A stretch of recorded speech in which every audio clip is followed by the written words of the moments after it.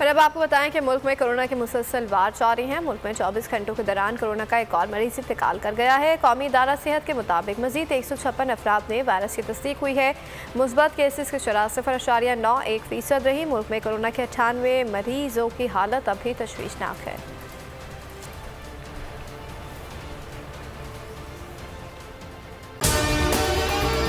अगर आपको हमारी ये वीडियो पसंद आई है तो लाइक पर क्लिक कीजिए। और अब आपको बताएं कि मुल्क में कोरोना के मुसलसल वार जारी हैं। मुल्क में 24 घंटों के दौरान कोरोना का एक और मरीज इंतकाल कर गया है। कौमी इदारा सेहत के मुताबिक मजीद 156 अफराद में वायरस की तस्दीक हुई है। मुस्बत केसेस की शरह 0.91% रही। मुल्क में कोरोना के 98 मरीजों की हालत अभी तशवीशनाक है।